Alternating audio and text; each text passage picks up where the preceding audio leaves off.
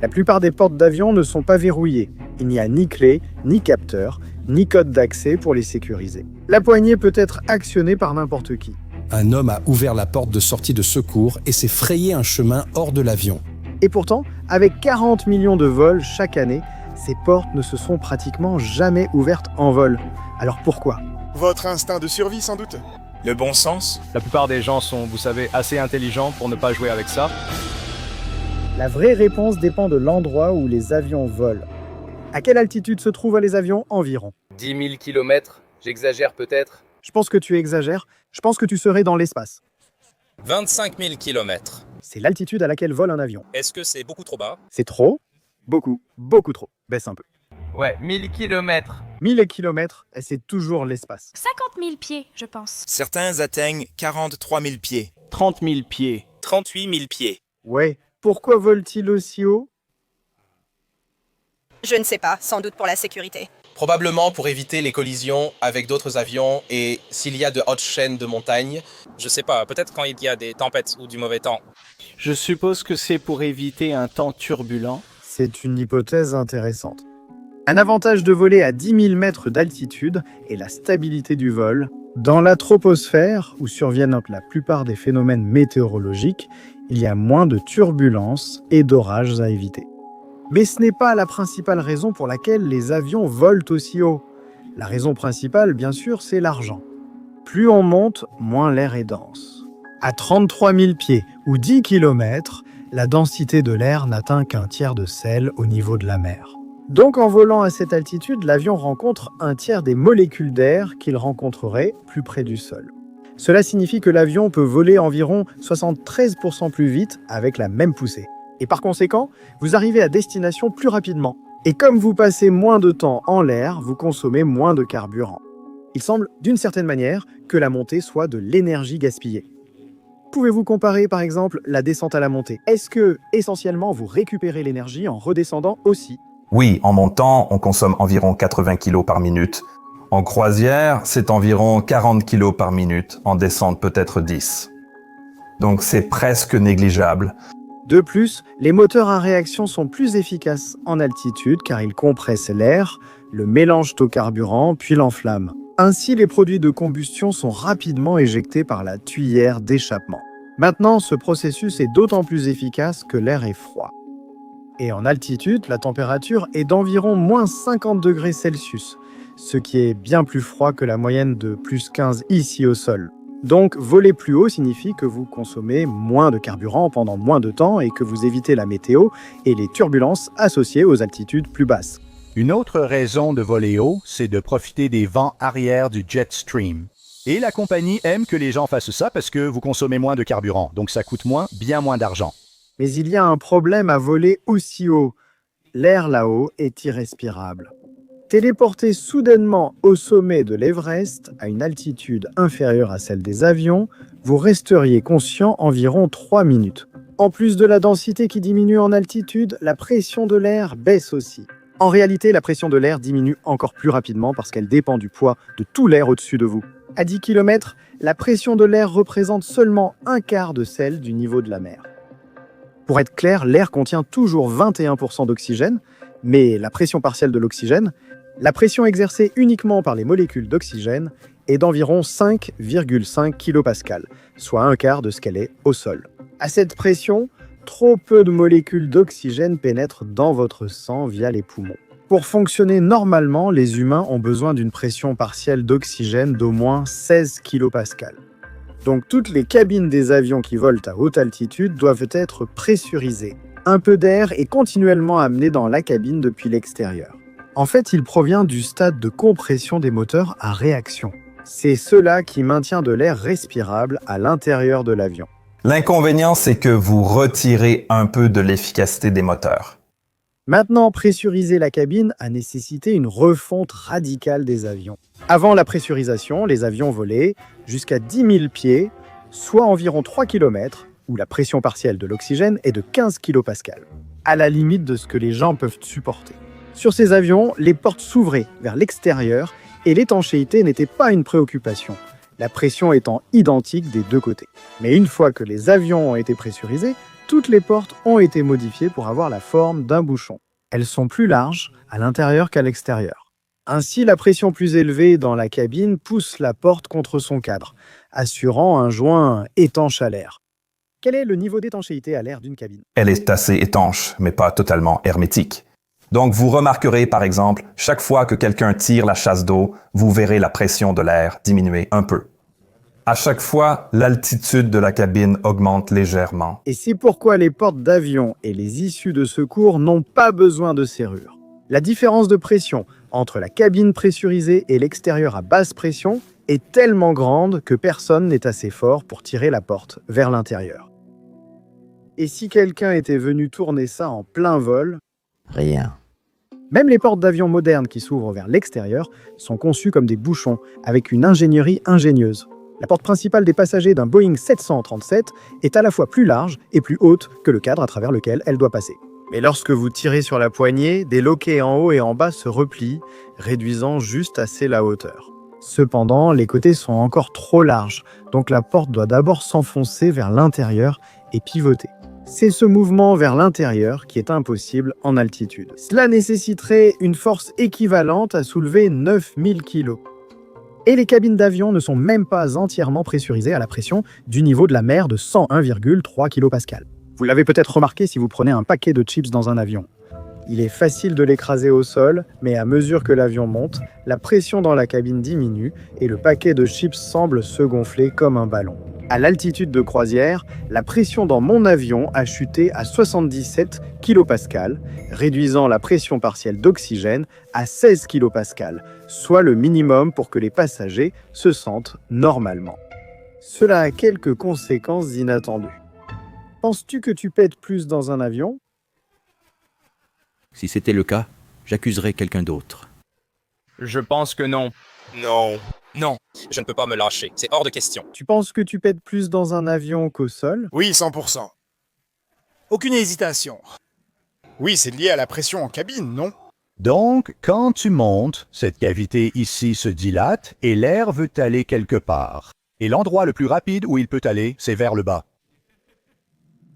Un paquet de chips vient d'éclater tout seul. Maintenant, la Station spatiale internationale est pressurisée à la pression du niveau de la mer, soit 101,3 kPa. Pourquoi les avions sont-ils pressurisés juste assez pour transporter des passagers humains? Eh bien, c'est en fait pour une très bonne raison. En 1988, le vol 243 d'Aloha Airlines reliait Hilo à Honolulu à Hawaï. La cabine était pressurisée comme nous l'avons décrit, mais malheureusement, le fuselage de cet avion avait une petite fissure.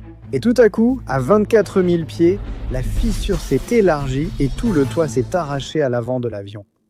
Par miracle, les pilotes ont atterri sans encombre, ne causant qu'un décès.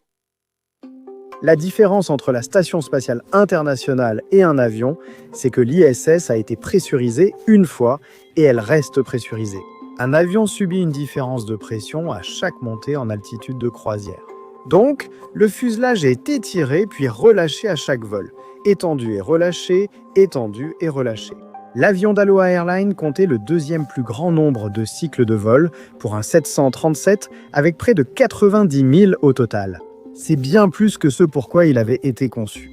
Cela a causé fatigue, fissures, corrosion, puis une décompression explosive.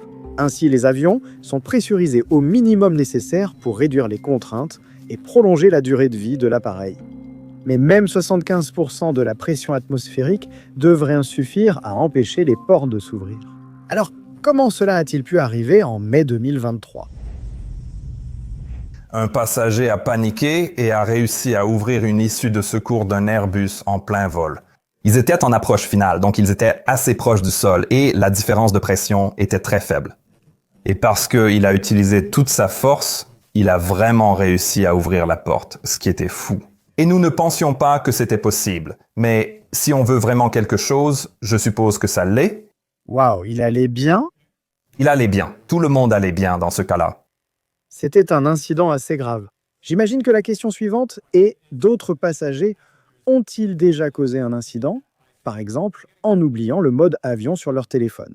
Quand on vous demande de mettre votre téléphone en mode avion sur le tarmac, le faites-vous? Pourquoi? Pourquoi nous demande-t-il de faire cela? Quelle est la raison? Il y en a une? Il ne vous demanderait pas de le faire sans y voir un avantage. Malheureusement, je suis un peu rebelle et je ne suis pas les règles. Et ouais, Tu n'as pas peur de faire tomber l'avion? je demanderai à mes parents d'activer le mode avion pour que je le désactive ensuite. Je veux dire, oui, j'ai peur parce que je ne veux pas que ça interfère avec genre la radio ou quoi que ce soit. Eh bien, je pense que c'est l'interférence de communication. J'ai toujours entendu dire que ça perturbait les instruments, mais honnêtement, on nous dit juste de le faire. Donc tu sais, tu mets ton téléphone en mode avion.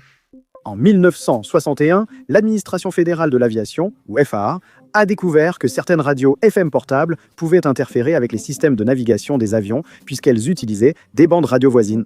Par précaution, ils ont interdit presque tous les appareils électroniques personnels à bord. Cependant, les compagnies aériennes pouvaient tester tout appareil pour détecter les interférences et lever l'interdiction de la FAA. N'importe quel appareil, sauf un téléphone. Parce qu'une autre organisation a autorité sur les téléphones, et c'est la Commission fédérale des communications, ou CFC. Un téléphone au sol entouré de bâtiments et de collines ne capte généralement qu'une ou deux antennes relais à la fois. Depuis les airs, il pourrait en voir 10, 20 ou plus. On craignait que 200 téléphones voyageant à 800 km/h dans un avion se connectent rapidement à de nombreuses antennes, surchargeant l'infrastructure. C'est du moins ce que pensait la CFC, qui a donc interdit l'usage des téléphones portables en vol en 1991. Mais il y a un problème avec cette théorie. Un avion est une grande enceinte métallique, essentiellement une cage de Faraday, donc il devrait bloquer presque tous les signaux électromagnétiques. C'est pour cela que les antennes d'avion sont à l'extérieur. Les signaux de votre téléphone ne peuvent s'échapper que par les fenêtres, ce qui signifie qu'ils sortent horizontalement par les côtés de l'avion. Ils devront parcourir de longues distances avant d'atteindre le sol. Et les antennes relais auxquelles votre téléphone essaie de se connecter, eh bien, elles sont inclinées vers le bas, vous savez, pour capter tous les signaux des personnes qui marchent au sol. Donc il est très difficile d'établir une connexion depuis les airs à moins de voler vraiment bas. Les téléphones pourraient perturber les réseaux au sol uniquement lors du décollage ou de l'atterrissage. Et la CFC n'a même jamais testé si c'était le cas. En 2005, ils ont déclaré au Congrès que l'interdiction des téléphones portables de 800 MHz en vol pourrait ne pas être nécessaire pour protéger les réseaux terrestres. À notre connaissance, un téléphone portable n'a jamais causé d'accident aérien. Tout ce que le mode avion fait, c'est économiser la batterie, c'est certain. Alors pourquoi ces règles existent-elles toujours? J'ai moi-même piloté et il m'est arrivé d'avoir des interférences, vous savez, quand vous parlez au contrôle du trafic aérien et que vous entendez ce... Vous connaissez ce signal et c'est parce que quelqu'un utilise son téléphone ou que le téléphone est allumé. Un seul téléphone dans un avion peut-il causer des problèmes? Probablement pas. 200 téléphones peuvent-ils causer un effet? Peut-être, plutôt que de prendre le risque, genre que tout le monde mette à jour son profil Twitter à 150 mètres. Au lieu de dire ça, on dit non, il vaut mieux les garder éteints. Profitez du Wi-Fi en altitude, et c'est tout. Mais le mode avion pourrait bientôt appartenir au passé. L'Union européenne ne l'exige en fait plus et pousse les compagnies aériennes à fournir la 5G sur tous les vols de l'Union européenne.